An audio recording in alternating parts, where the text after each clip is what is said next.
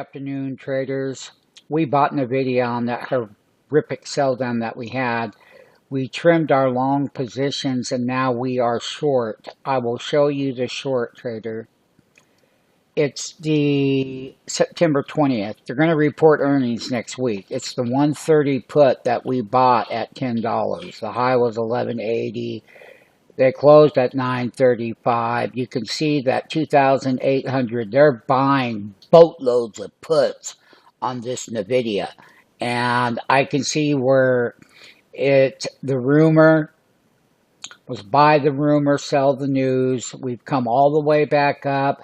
We've had an extraordinary rally. We are short NVIDIA. We do not believe the upcoming earnings report. And on the day of the report, depending on where we're at, we may hedge it with up and out of the money calls just in case. But it's not something we're counting on. I can tell you, NVIDIA is dead right now.